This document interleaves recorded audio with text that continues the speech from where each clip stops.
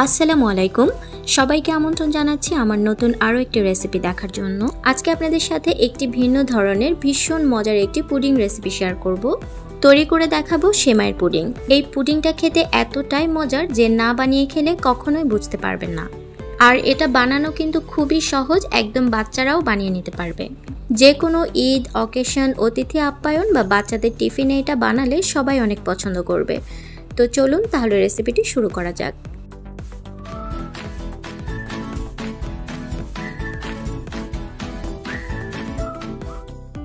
তো পুডিংটা তৈরি করার জন্য প্রথমে আমাদেরকে পুডিংয়ের ক্যারামেলটা তৈরি করে নিতে হবে। তার জন্য আমি যেই পাত্রে পুডিংটা সেট করব সেই পাত্রে নিয়ে নিয়েছি 1/4 কাপ পরিমাণ চিনি, সাথে দিয়ে দিয়েছি প্রায় 1 চামচের মতো পানি। এখন এই চিনি আর পানির মিশ্রণটাকে চুলায় লো ফ্লেমে রেখে জাল করতে হবে যতক্ষণ পর্যন্ত না এটা ক্যারামেলে পরিণত হয়।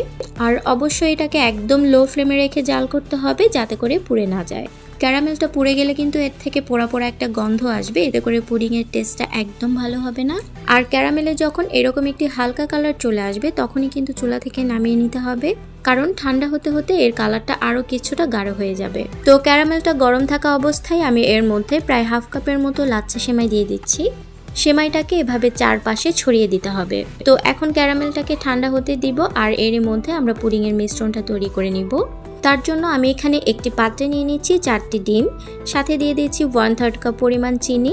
এবার এই দুটো উপকরণকে ভালো করে মিশিয়ে নিব। মিষ্টির পরিমাণ আপনাদের টেস্ট অনুযায়ী বাড়িয়ে কমিয়ে নিতে পারেন, তবে এখানে কিন্তু 1/3 কাপ পরিমাণ চিনি যথেষ্ট। এতে করে পুডিংটা খুব বেশি মিষ্টি হবে না, আবার একেবারে কম মিষ্টিও হবে না। তো এই দুটো উপকরণ ভালো করে মিশিয়ে নেওয়ার পর এখন আমি দিয়ে দিচ্ছি 1.5 কাপ পরিমাণ লিকুইড মিল্ক। আমি এখানে 3 কাপ লিকুইড মিল্ককে জাল করে একটু ঘন করে 1.5 কাপের মতো করে নিয়েছি। এখন দিচ্ছি 1 চিমটির মতো লবণ আর সামান্য পরিমাণে ভ্যানিলা এসেন্স। ভ্যানিলা এসেন্সের পরিবর্তে আপনারা কিন্তু এখানে এলাচ গুঁড়োও ব্যবহার করতে পারেন, এতে করে ডিমের যে স্মেলটা রয়েছে সেটা চলে যাবে। এখন সবকিছুকে ভালো করে মিশিয়ে নিচ্ছি।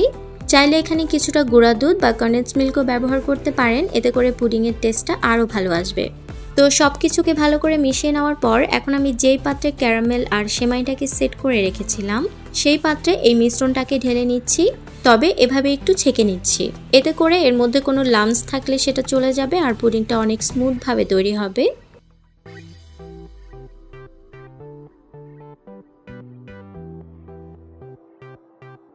এবার পুডিংটাকে বেক করার জন্য আমি এরকম একটি বড় হাঁড়ি ব্যবহার করছি। হাঁড়ির মধ্যে একটি স্ট্যান্ড বসিয়ে পুডিংয়ের পাত্রটি বসিয়ে দিতে হবে।